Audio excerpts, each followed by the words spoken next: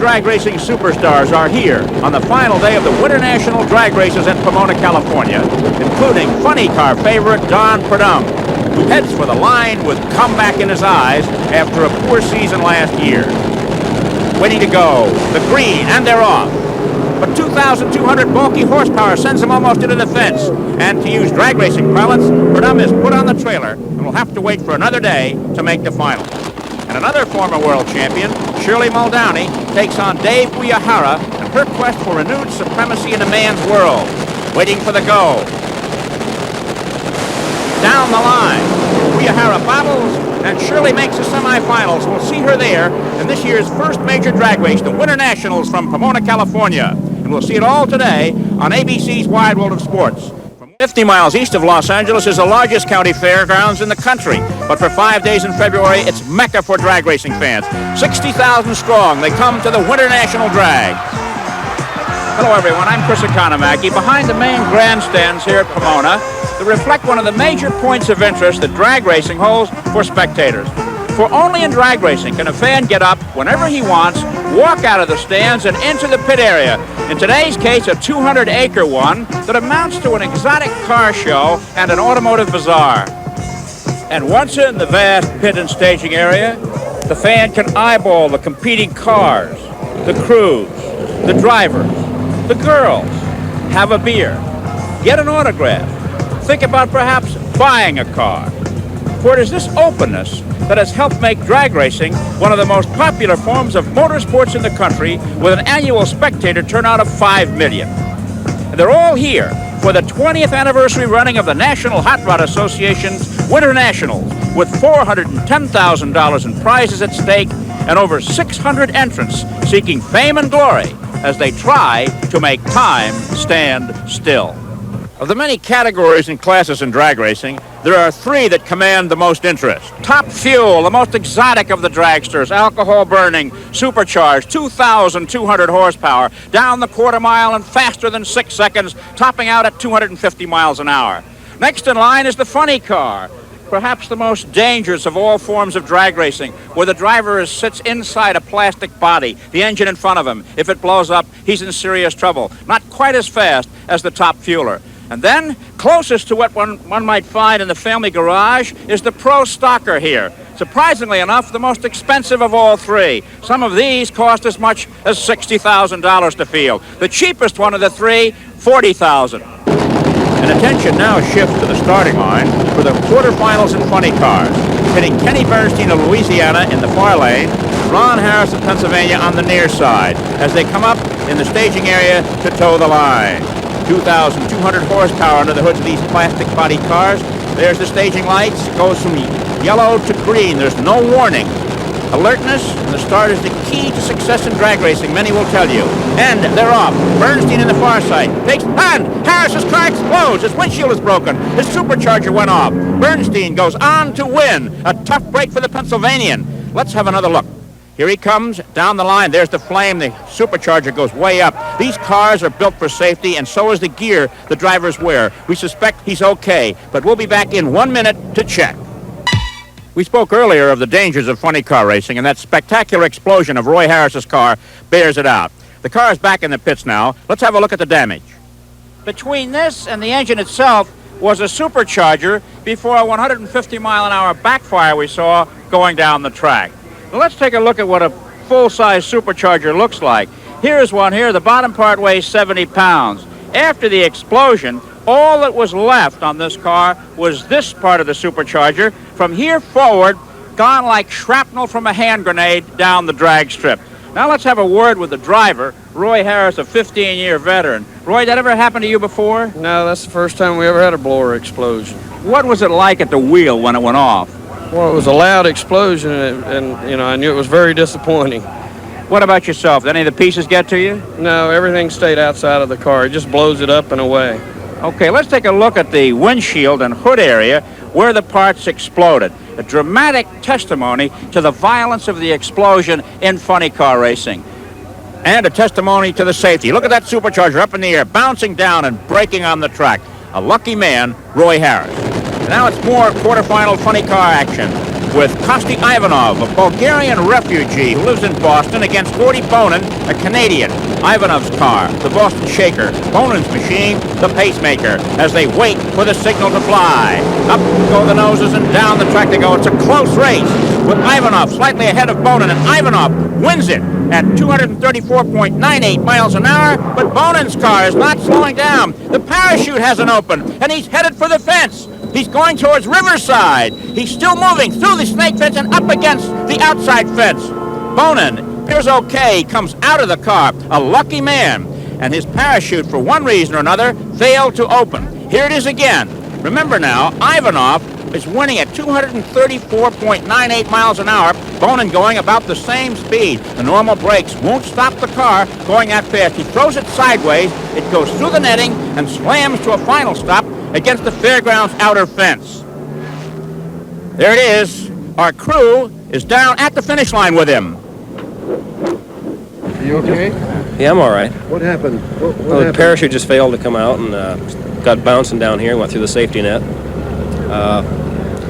Slitter side was into the chain link fence to get it stopped. Yeah. One of those deals where if the parachute, it's my own fault for not getting the parachute in properly, apparently. Did you do much damage to your car? Or?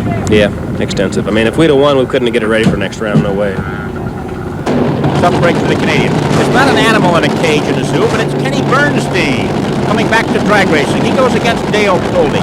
Bernstein was a racer several years ago, took a lot of time off to run a chain of restaurants in Texas, while Coldy, a youngster from Van Nuys, California, admits to getting his drag racing start midnight riding on Van Nuys Boulevard.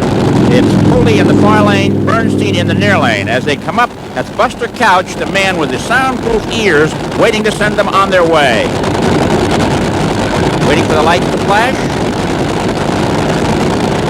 And off they go, and Coldy takes a quick lead, but bobbles, and Bernstein gets sideways, swerves, hits the fence, tears the right side off his car. Coldy slows way down, and Bernstein crosses the line first. What a dramatic day of drag racing we're having here at Pomona. It's unbelievable. Something happens in almost every round, and Bernstein cannot possibly make the finals with his car in that shape. Coldy coasts across behind him. Let's take another look. They're saying now that Coldy is the winner. All right, here they are. Coldy gets off, bobbles, and then Bernstein's car swerves.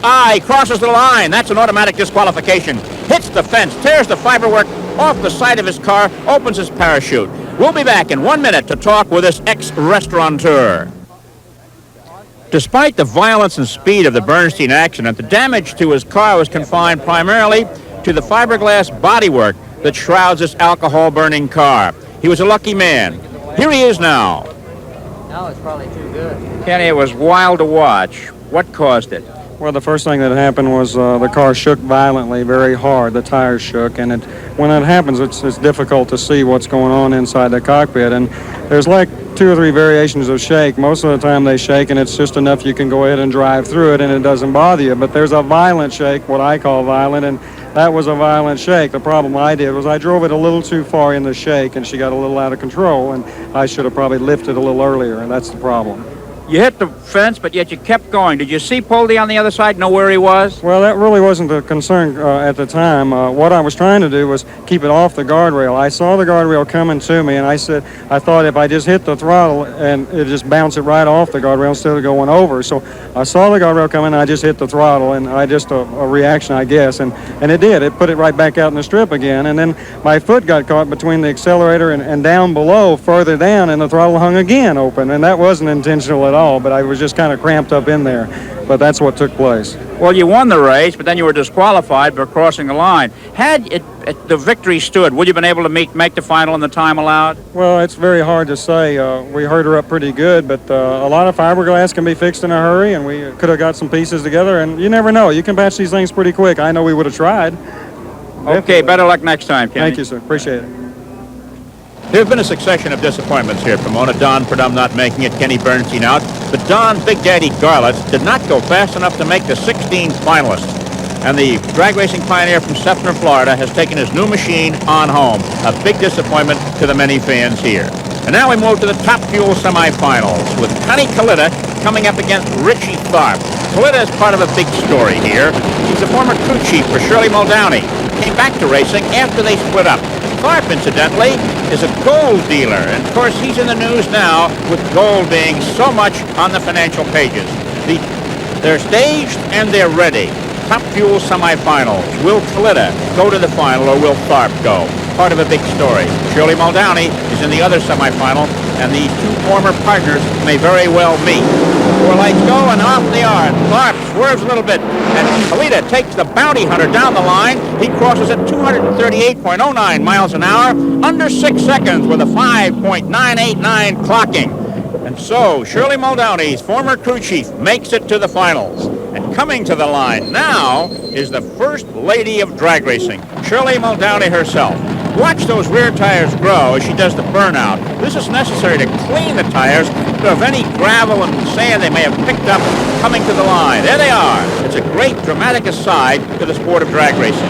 Her rival will be John Kimball, one of the top black drivers in racing. We asked him beforehand if he could make the finals. Well, the car has good potential and it's really in A1 shape, and I think I have a good shot at it. How about the driver? Is he in A1 shape? Oh, the driver's, I think he's in A1 shape. Shirley Muldowney's car is brought back to line. Shirley, who was a world champion in 1977, has not won since then. Her former crew chief, Connie Kalitta, was more than a man with the wrenches to Shirley. We talked with Shirley earlier today. Shirley, you've overcome being a gal. You're one of the guys, you run with them, you win a lot of races. So what's drag racing now for you that you've really been accepted? It's my lifestyle. It's fun. It's the one thing I love. I just hope that I can continue to do it as long as possible. If you make it to the finals, who would you like to go up against? Kalitta, show them the way it's done. Well, that romance is obviously over, and it was that breakup is what put Kalitta back into the driver's seat. Here's John Kimball, a man who was badly hurt last year, and last fall turned his car over to Richie Tharp in a generous gesture to race in the finals. Shirley Muldowney on the near side, Kimball on the far side. In the semifinals for the top fuels to determine the makeup of the final round, and off they go. And Kimball burns rubber, and Shirley goes down the line to win at 240.61 miles an hour, 5.845 seconds, her 7th straight pass below 6 seconds. A remarkable move, setting up the classic final match. Shirley Muldowney against her former beau, Connie Kalitta. Everybody's talking about it. We'll be back for that dream race and the funny car finals as well, along with a look at some of the supporting categories in drag racing. But now, let's go to Al Michaels for more speed, but of a different variety. We're back at the Los Angeles County Fairgrounds in Pomona, California, 1 hour east of Los Angeles, for the 20th annual running of the Winternational drag races. $410,000 in posted awards has lured the top drag racers in the country here, and many fans, a record 61,500, have turned out.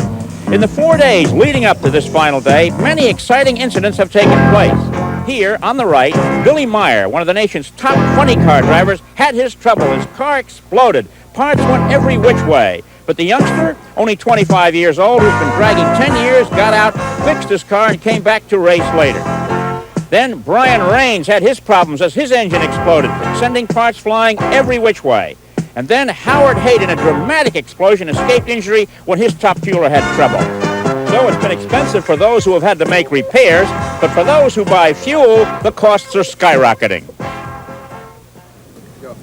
Nitro. Where men race cars, this means speed. Fuel is heat and heat is horsepower is an old racing axiom. I'm standing in front of a 55-gallon drum of nitromethane racing fuel, the kind the top fuelers and funny car drivers use. To get down the strip takes between 5 and 7 gallons, and at $22.50 a gallon, that's over $150. Extend that into the mile, and it becomes over $500 for 1 mile of drag racing, a mighty expensive pastime.